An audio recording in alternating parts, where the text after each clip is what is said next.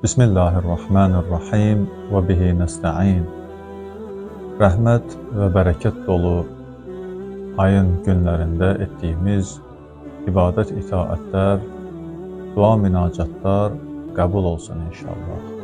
Ramazan ayının fəziləti ilə bağlı mövzumuz davam edir. Hz. Peyğəmbərimiz öz kəlamında Ramazan ayının günləri üçün buyurur ki, Ənfasukum fihi təsbih. Peyğəmbər sallallahu aleyhi və alihi və səlləm oruç tutanlar üçün buyurur ki, orucluq ayında oruç tutduğunuz halda nəfəsiniz, nəfəs almağınız təsbihdir, zikirdir.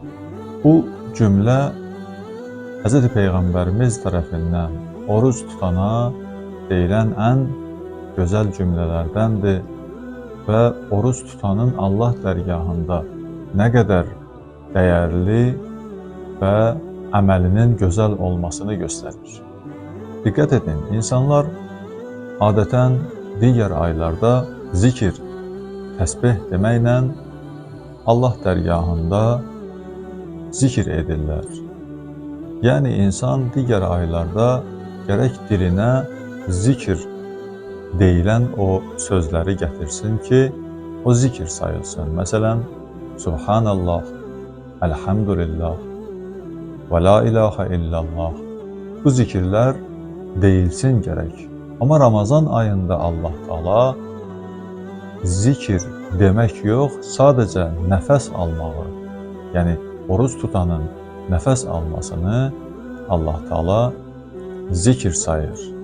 İnsan da Ramazan ayında nəfəs almaması mümkün deyil. Ümumiyyətlə insan nəfəs almaması mümkün deyil. Deməli, Ramazan ayında, Ramazan ayı boyunca oruç tutduğumuz müddətcə nə qədər nəfəs alarıqsa, onlar hamısı Peyğəmbər sallallahu aleyhi və səlləmin dediyinə əsasən bizim üçün zikir sayılacaq, təsbih sayılacaq.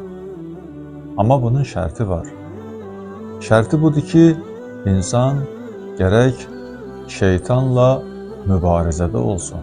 Bu ayda insan oruc ki tutur, həmçinin də şeytanla mübarizədə olsun. Peyğəmbər salavatullah buyurur ki, nəfəsiniz bu ayda təsbihdir. Nəfəsini elə bir yerdə alıb verməsin ki, o yer batil yerlərdən olsun. Və yaxud nəfəsini elə bir sözləri dilinə gətirməklə alıb verməsin ki, o sözlər oruç tutana, müsəlmana, möminə yaraşmayan bir sözlər olsun. Və yaxud oruç tutana, möminə haram olan, müsəlmana haram olan sözlər olsun.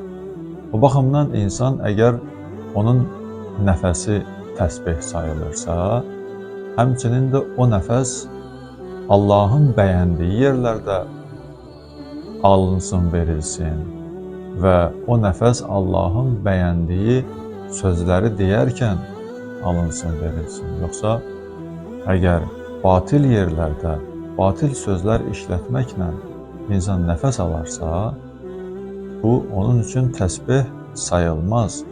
İnsanın nəfəsi bir neçə yerlər ki deyiblər hədislərdə, rəvayətlərdə, o yerlərdə təsbih sayılar, yəni zikir sayılar. Biri budur ki, Muharrem ayında insan İmam Hüseyn əleyhissalam məclisində, əza məclisində oturarkən nəfəs təsbih sayılır, zikir sayılır. İkinci də dediyimiz kimi, Peyğəmbər salavatullahın buyurduğu kimi, Ramazan ayında insanın nəfəsi təsbih sayılır, zikir sayılır. Bu iki yer ki qeyd olunur, bu iki yerin hər biri çox dəyərli və Allah dərgahında bəyənilən bir yerlərdəndir. İmam Hüseyn əleyhissalamın əza məclisində nəfəsin təsbih sayılması İmam Hüseyn əleyhissalama verilən böyük bir dəyərdir və onun əza məclisinə verilən böyük bir dəyərdir. Çünki İmam Hüseyn əleyhissalamın Kərbalası olmasaydı, Ramazan ayı bizə gəlib çatmazdı. Və həmçinin də Ramazan ayında bu gözəl günlərdə insanın mənəviyyatının pak olması ayında Allah Taala onun nəfəs almasını təsbih sayır. Çünki insan əgər mənəviyyatı pak olmasa, zikirlə, təsbihlə, gözəl ibadətlə insanın mənəviyyatı pak olmasa, insan o yerdə ki, mübarizə lazım olacaq, İmam Hüseyn əleyhissalam kimi, Kərbəla kimi bir hadisələr, bir yerlər olacaqsa, insan dinini, imanını, əqidəsini Allah yolunda görülən işləri müdafiə etsin, edə bilməyəcək. Birinci, insanın mənəviyyatının, ruhunun pak olmasıdır. Ondan sonra insan mübarizə və müqavimət meydanında öz əməlini Allah üçün edə bilər.